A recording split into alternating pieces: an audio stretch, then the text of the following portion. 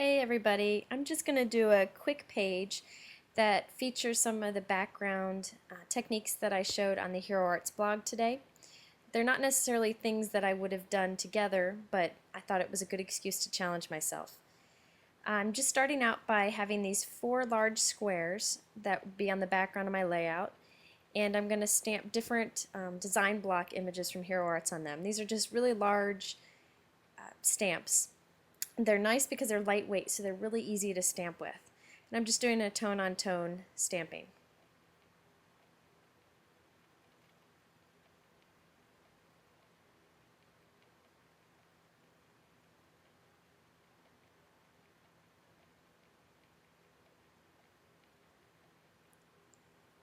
The first technique that I'm going to do on the layout is to use some glitter. I really like this Prisma glitter from Hero.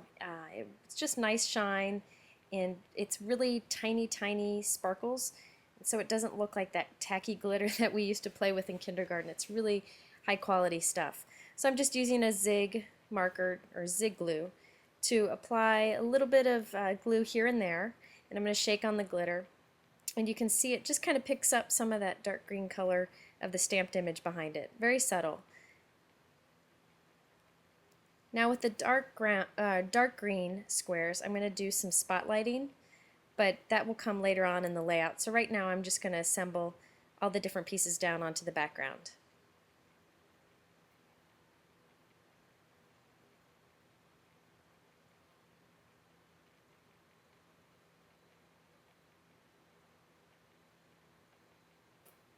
One of the things that I learned from one of my favorite scrapbookers, Kathy Blackstone, is to use a lot of craft cardstock. It's just a great natural tone that kind of is good to use when you're using a lot of bright colors like these bright greens. Just things down a little bit. I'm very addicted to these pop dots, and right now I'm enjoying using pop dots behind photos because it just draws your eye to the photos more, which is really what we want to do as scrapbookers, but sometimes I get away with that when I embellish too much. So by using pop dots, it just draws the photos into attention. And I really like the shadow that it creates behind it. It reminds me of framed pictures on the wall. Now these I end up moving around a little bit later on, but you can get the general idea of how it all came together.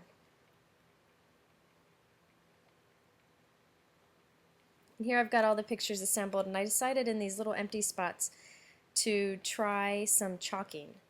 Chalking is something that we've done for a long time as scrapbookers and card makers, but every once in a while I like to pull it back out. So I'm just stamping with Versamark ink, which is just a clear sticky ink, this floral background. Now you'll barely be able to see it on the white paper. In fact, if you do see it, it means that your stamp is dirty like mine often is, but that's no big deal because the chalk will cover it up. I use this Pebbles chalk ink. It comes in a bunch of different colors, and some are shiny and all different varieties, and I just like how easy it is. And unfortunately, you're getting a peek at how messy I've kept mine. But basically, you just pick up color with these little puff balls and you apply it. Now, there are many ways to do this to get like a perfect look, but I wasn't really going for that. I just want something quick and fun. If you want this to look perfect without any color in the background, around the stamped images, you can erase the chalk in those areas with just an eraser. But I kind of like this ghost-like image it seems to leave, just some subtle color.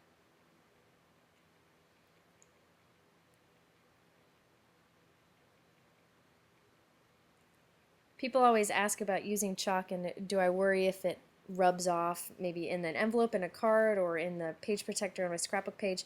I just buff it really good with a paper towel, and to be honest, I don't do anything beyond that, but you can spray it with a fixative if you'd like. Here I'm using my favorite letter stickers, which are the American Crafts Thickers. I just love how high quality they are. American Crafts makes great products.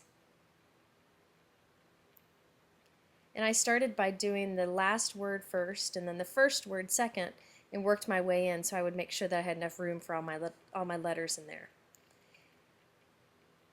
Just going to take this string. I buy this string. It's like $1 for a whole roll of it. It's wonderful, and you can get it in all different colors. My favorite colors are the white, the dark brown, and like a craft color. I'm just going to wrap it around here. You can see I constantly peel things up and move things around, but in the end of the day, when you put it all in your page protector, it looks just fine. So just going to wrap that string around and tie it into a bow on the front and cut off the extra. Now back to the spotlighting technique for the background. I just stamped the butterflies from this background stamp several times and I cut them out. And now I'm putting pop dots behind it so that I can kind of draw attention to these butterflies. They're just going to be my accents on this layout. And see, I'm going to just glue it down on top of the butterfly that's stamped in the background. So that's called spotlighting. There's many ways to do spotlighting, but this is just a quick and easy way. Now I'm going to take these extra butterflies and scatter them throughout the layout. Here I'm just adding the antenna on, and that's it. Easy as can be.